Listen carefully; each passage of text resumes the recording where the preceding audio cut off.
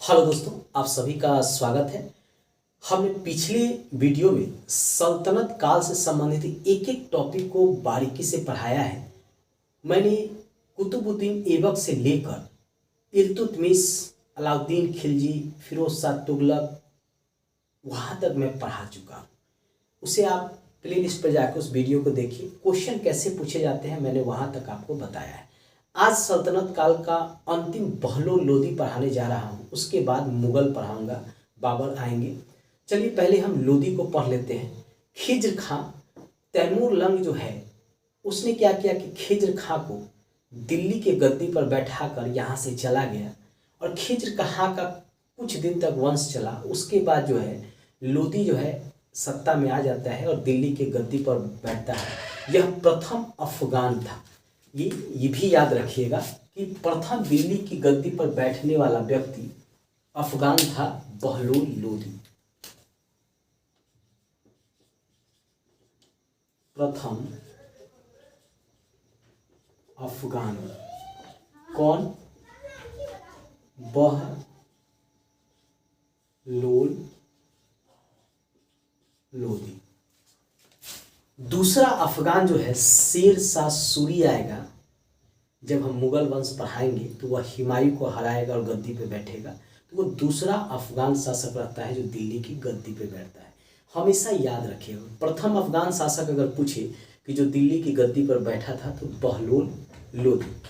इसने क्या किया था कि दिल्ली में अपनी जो है उसको राजधानी बनाया और इसने जौनपुर को जीता था। जौनपुर जिसकी स्थापना फिरोज शाह तुगलक ने किया था, जो बाद में स्वतंत्र हो गया था, उसको फिर से जीत के यह दिल्ली में मिला लिया। यानी जौनपुर को जीतकर दिल्ली में मिलाया। मिलाने का अर्थ है कि सल्तनत काल का जो सत्ता था उसमें इसने मिला लिया। बहलोल लोदी की एक परंपरा था कि यह अपने सरदारों के साथ जो है, अगर सरदार खड़े रहते थे तो ये भी खड़ा रहता था, सरदार अगर बैठ जाते थे तो ये भी बैठ जाता था। मतलब उसको सहयोग करने वाला जो प्रशासन में सरदार थे, जो अफगान थे, उसका ये बड़ा आदर करता था। इसकी चर्चित है कि यह जो है अपने आप को उनके समकक्ष मानता था। तो यह बड़ी बात है किसी शासक के लिए, किसी सुल्तान के लिए। इसके समय में कुछ जो है दिल्ली का विकास भी देखने को मिला। उसके बाद जो है इसका बेटा सिकंदर शाह लोदी जो है शासक बनता है। बेटा सिकंदर शाह लोदी शासक बना। ठीक है, अब यह शासक बनता है तो शासक बनने के बाद सबसे पहले क्या करता है कि चूंकि यह मुस्लिमों के सहयोग से शासक बना था तो इसने सबसे पहले जजिया लगा दिया फिर से, यानी गैर हिंदुओं पर जजिया कर लगाया। क्या किया? गैर हिंदू पर जजिया कर। गैर हिंदू पर जजिया कर। जजिया होता क्या है यह भी जान लीजिए। जजिया होता है कि जो गैर हिंदू यानी जो मुसलमान नहीं है, यानी जो ब्राह्मण वैश्य शूद्र है, यानी हिंदू के कास्ट से संबंधित है, या जैन है या बौद्ध है, तो ये सभी गैर हिंदू कहलाते थे। तो इसने क्या किया कि उन पर लगा दिया कि अगर आपको अपने धर्म में, मतलब अगर आप हिंदू हैं, अगर आपको हिंदू ही बना रहना है, तो आपको अपनी धार्मिक परंपरा को बनाए रखना है, तो आप हमको जजिया नामक कर यानी सुल्तान को दीजिए। इसे कहा गया एक प्रकार का धार्मिक कर। ठीक है, जो बाद में इसका विरोध भी हुआ है। आगे अकबर जो है इसको हटाएगा जजिया कर को, और फिर जो है औरंगजेब आएगा तो जजिया कर लगा दे। उसको भी हम जब मुगल पढ़ाएंगे तो उसमें पढ़ाएंगे। तो याद रखिएगा, इसने गैर हिंदुओं पर जजिया कर लगाया। इसने सिकंदरी गज मापने के लिए, भूमि मापने के लिए जारी किया था। इसने भूमि मापने के लिए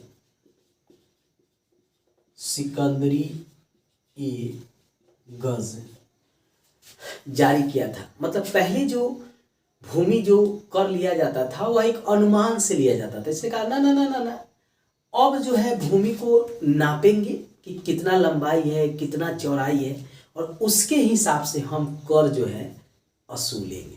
तो इसने क्या किया, सिकंदरी गज की शुरुआत कर दी। इसके अलावा इसने आगरा शहर का निर्माण किया 1504 में। आगरा नगर को बसाया। एक नया नगर जो है आगरा का निर्माण किया, जो वर्तमान में भी है। तो बार बार प्रश्न पूछता है कि किसने आगरा नगर का निर्माण किया यानी बसाया था। तो याद रखिएगा सिकंदर शाह लोदी ने बसाया था। इसकी मृत्यु जो है, गले में एक बीमारी होने के कारण इसकी मृत्यु हो गई थी। और इसके बाद जो है इब्राहिम लोदी इसका बेटा शासक बनता है। यानी सिकंदर शाह का बेटा इब्राहिम लोदी दिल्ली के गद्दी पर बैठा। इब्राहिम लोदी के बारे में कहा जाता है कि इसका अपने चाचा जो पंजाब का शासक था दौलत खान लोदी, उससे नहीं पटता था। और उधर जो था राजस्थान में मेवाड़ में राणा सांगा था, उससे भी इब्राहिम लोदी को नहीं पटता था। घटोली नामक स्थान पे इब्राहिम लोदी को राणा सांगा ने हराया भी था। तो हमेशा मनमुटाव रहता था। और यही कारण था कि बाबर जो फरगना का शासक था, उसको जो है इब्राहिम लोदी के विरुद्ध जो है युद्ध करने के लिए इब्राहिम लोदी के चाचा दौलत खान लोदी और राणा सांगा प्रेरित करता है।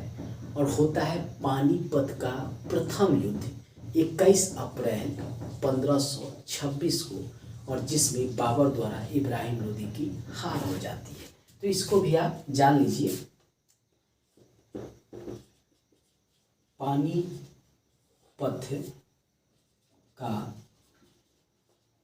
प्रथम युद्ध, ठीक है, 21 अप्रैल 1526 ईस्वी में बाबर से हारा। ठीक है, अब बाबर से हार जाएगा, उसके बाद मुगल वंश की स्थापना हो जाएगा। बाबर जो है क्या करेगा, दिल्ली की गद्दी पर अधिकार कर लेगा और मुगल वंश की स्थापना करेगा। मुगल वंश के बारे में हम अलग वीडियो बनाएंगे, उसमें हम डिटेल से पढ़ेंगे। ठीक है, बस इतना जान लीजिए कि अब सल्तनत काल खत्म, अब शुरू हो जाएगा मुगल काल, और उसको भी हम पार्ट बाय पार्ट बनाएंगे। मैंने सारा वीडियो पार्ट बाय पार्ट बनाया है ताकि किस शासक से कैसे प्रश्न पूछा जाता है वो आपको समझ में आए।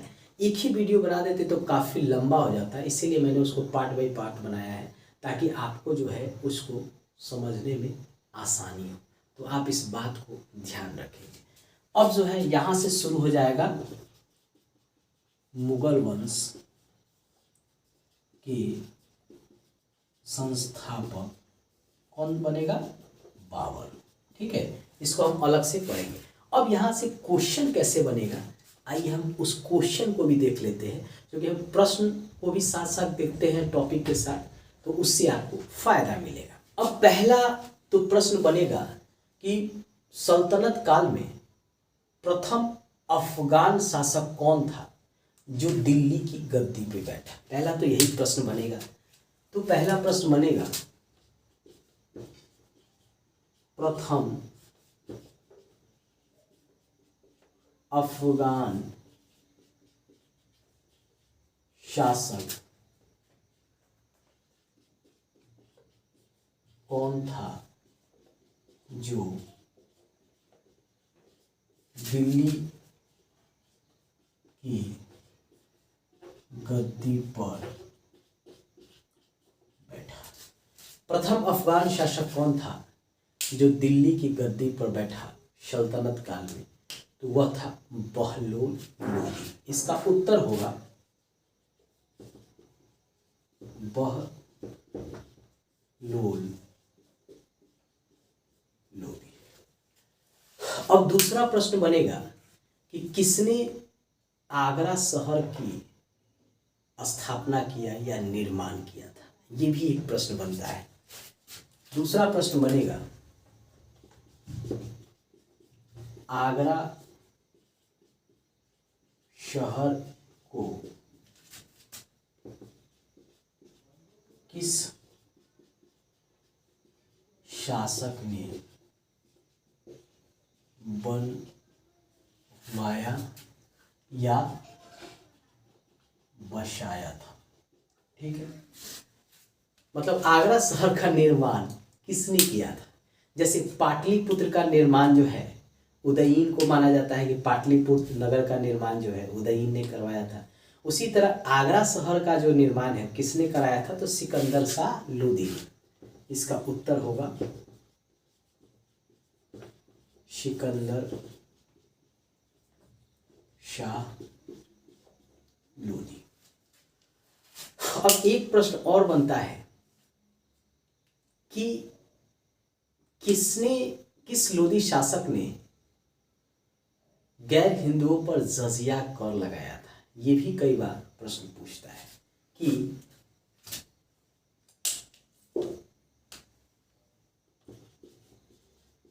किस लोदी शासक ने गैर हिंदू पर जजिया कर लगाया था? ये भी कई बार प्रश्न पूछता है। तो इसका उत्तर हो जाएगा क्या? सिकंदर शाह लोदी। अब इब्राहिम लोदी से भी पूछता है कि पानीपत का युद्ध में कौन लोदी शासक हारा था या किसने अंतिम लोदी शासक को हराकर दिल्ली की गद्दी पर अधिकार कर लिया था? एक प्रश्न यह भी बनता है, अंतिम लोदी शासक इब्राहिम लोदी को पानीपत के प्रथम युद्ध में किसने हराया था?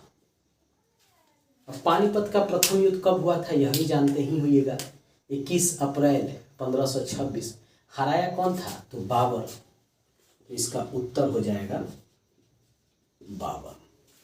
एक और प्रश्न पूछता है कि पानीपत का युद्ध इब्राहिम लोदी और बाबर के बीच कब हुआ था? पेटेंट क्वेश्चन है। तो 21 अप्रैल 1526 को, इसको भी याद रखिएगा। दोस्तों, आज सल्तनत काल से संबंधित जितने भी उसमें टॉपिक थे वह मैंने एक एक कर पढ़ाया है अलग अलग वीडियो में। आप मेरे सारे वीडियो को जाकर देखिएगा ताकि जो है सल्तनत काल से जितने भी एग्ज़ाम में प्रश्न पूछे जाएंगे उसमें से कोई भी प्रश्न आपका नहीं छूटेगा।